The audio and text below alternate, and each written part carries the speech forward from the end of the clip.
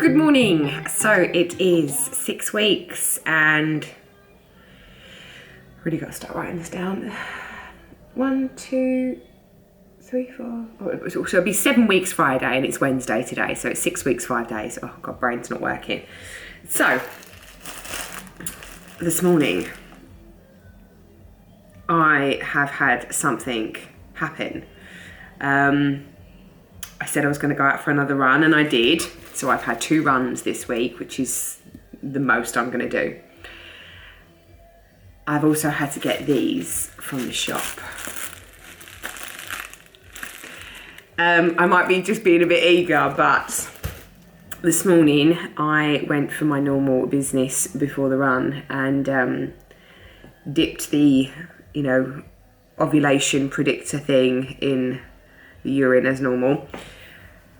I don't know why, but I've had it must be 12 or 13 high fertility things, flashy smiley faces on this thing. I don't know whether or not it consistently just picks up high fertility now until you get a peak. Or whether I've missed my ovulation, because this morning I had pinky browny blood in my tissue. So, I have not seen pink brown blood for unless I've cut my arm or something, or just forever. I can't even, this wouldn't be that pinky brown, but it'd be red. It's something's happening 100%. I've told you guys in my last videos that my tits have been absolutely horrendous the last 3-4 days. Sunday physically woke myself up by just touching my nipple. That's how sore it was, which I haven't had since I breastfed JJ. So this is a good sign, I think, I hope. I never got a peak on this stupid predictor test thing. I don't know whether I missed it or maybe I didn't ovulate. Maybe I didn't ovulate and I've just had a non or an anovulate on an anovulate, whatever they call it, an anovulation cycle or something, where you have a period but you don't actually ovulate. So my progesterone, which is in the second half of your menstrual cycle, has not peaked. The only way to tell that is by a blood test. And by the time I get an appointment with my doctors, the last one I had to wait 6 weeks for.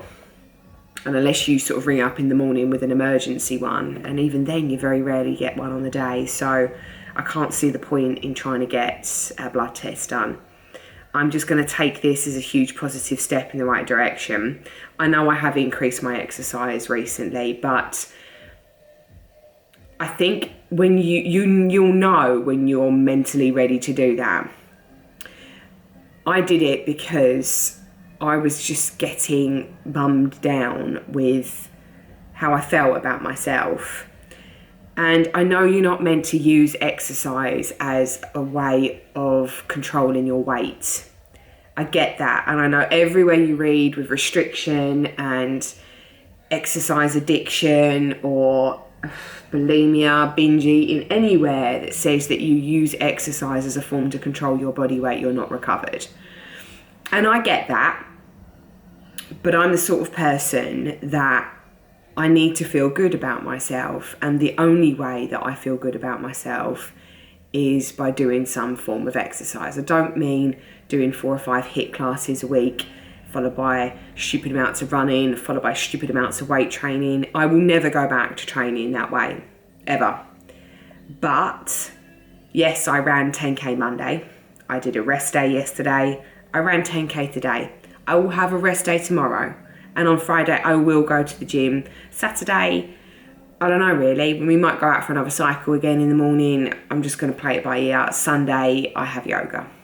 And I know it's a bit routine-y still, but I'm okay with if I, for example, don't go to yoga Sunday,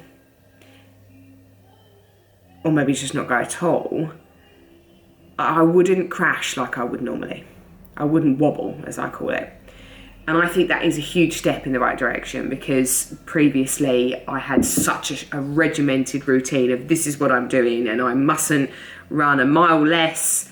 I mustn't, do 1 set or 1 rep less in the gym. or 1 minute less on the warm up. Even like, I'm that fanatic. It has to be, even if I'm that tired. I used to get on that frigging step machine and put it on level 20 to 24 and just, I mean, my legs couldn't barely keep up. I was so exhausted.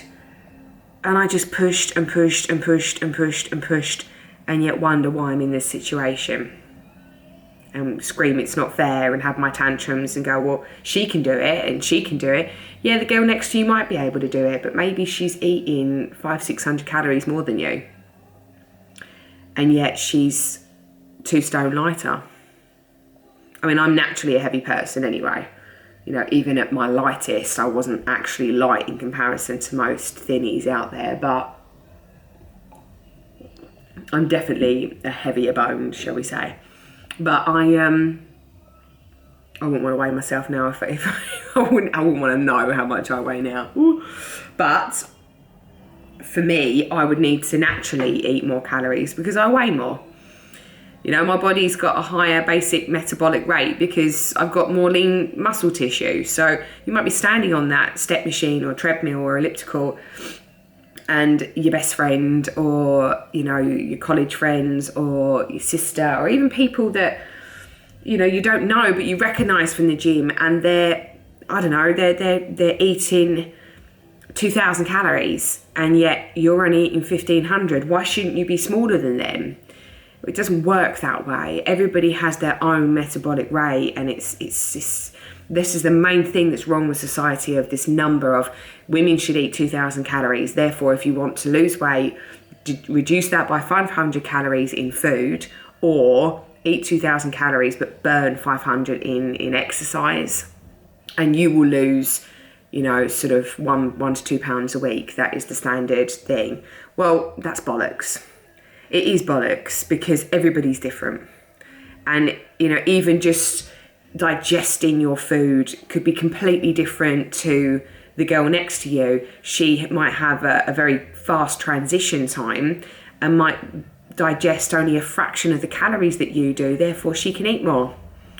You know, you always get these people that can eat and eat and eat and eat and eat and hardly ever gain weight. Well, they do.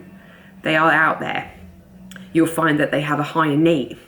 You know, rather than sitting here at a desk all day doing nothing, they're up and about and they're fidgeting and they're tapping their legs and they're doing stuff. They're all the goers. Back to my period. So, I don't know what's going on today, but something has definitely happened. I'm not beating myself up about my exercise either. In fact, I loved my run this morning. You know, when I was running, I kept thinking, I breathed through my nose and out from my nose again. I was telling you on Monday that this is a new pattern of breathing exercises so that your body is running actually to what it's capable to do. I ran this morning 10 kilometres, sorry. So whatever that is, 6 miles? It must be 6 miles or something like that. 6-ish miles. So I ran 6-ish miles this morning, and I'd done the breathing through the nose and out through the nose for the entire duration. And I had a fantastic run. There was no point in that run that I thought, I've got to run faster. I've just enjoyed it. I didn't feel absolutely fucked when the time I got home either, which was great. I had a banana before I left. When I got back, straight away, within 5 minutes, I'm eating my porridge oats and I'm fueling my body. Again, something very foreign to me. I think if I can keep this up, I don't know whether or not I've ovulated this cycle. I don't know whether or not, you know, this little mini spotting is my ovulation, maybe. I don't know, but only time will see. It's a good sign, though. It means that there's estrogen in my body, which has been abundant for many, many moons. So it's a good step in the right direction, and it has literally been 6 weeks, 5 days. So even though I'm exercising the last 2 weeks, I did go all in for the first 4. So even if you looked at your journey and it might be too scary for you to go, shit, I can't give up my exercise, this is nowhere going to happen, why don't you just take 1 week at a time? That's what I said to myself. I never ever, when I started this journey, I never in a million years thought, I'm going to be able to do this for longer than a week. So I said to myself, right, 4 days time, I'm going away on holiday. I'm going to just do yoga and walk the dog for 4 days and see how I feel. And then on holiday, I'm not going to do any exercise. I'm just going to do a bit of light yoga. And that's exactly what I did. But when I got back from holiday is when the fun began, because you're back into your normal routine. I'm cleaning the house, I'm doing this, I've got the normal stresses of work. It was the testing time for me. And because I had seen already in a week and a half changes in myself, my mental state, I was so much happier. I was rested. I was my old self, and everybody noticed it around me, including my closest. So it inspired me to say, right, I'm going to do another week. And that's how I planned this. Every single week, I've taken it week by week. Now, when I got to about 4.5 weeks, I started getting itchy feet, and I said to myself, right, do you know what? I'm going to go to the gym. I'm going to do one session at the gym, and I'm going to see how I feel. It's been 4.5 weeks. You know, I've had cramps, I've had this, I've had that, and I thought, fuck it, I'm going to do it. And I did. And I went once in the entire week. I rest the day after. I fueled myself before and after the workout. I ached for days, but I felt good. I didn't feel like I'd set myself back. And then on the next week, I thought, you know what? I'm going to do one more. I'm going to do a run, and I'm going to incorporate gym. This week's been even more, and I know I'm increasing it, but it will get to the stage where I'll have to stop doing that. So this week I've done 2 runs, and I'm planning on going to the gym on Friday. I'm rested in, after each session, but that would be 3 sort of intense-ish sessions, or 3 actual forms of exercise that I have implemented this week, which is a bit naughty, but it is and it isn't. If you've had that gap off and things have happened and you're still fueling yourself, like I'm still eating. As soon as I'm hungry, I eat. I don't waste a moment, I eat. If I'm sitting there and I've already had my dinner and I've already had my protein shake and I'm wanting something else, I'll just have it. If come half-past 8 at night, I'll turn over to my husband, I'm like, are you peckish? I'm not really peckish, but I am a little bit. I'm thinking about food, so mentally I'm hungry. So do you want to share some Cheerios? Yeah, okay.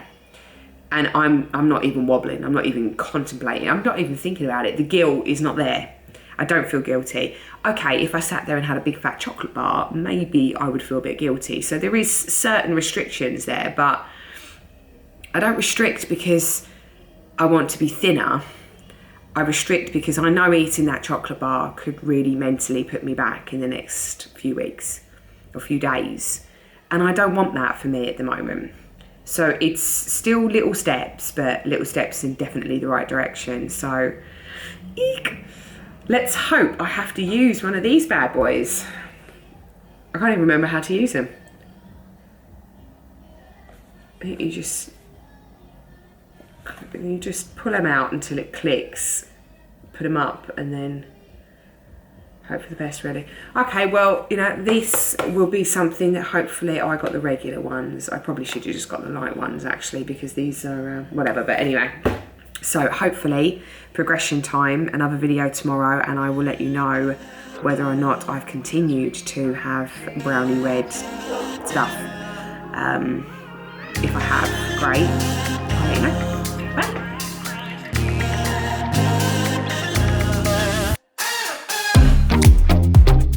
You and I, we're always on the edge.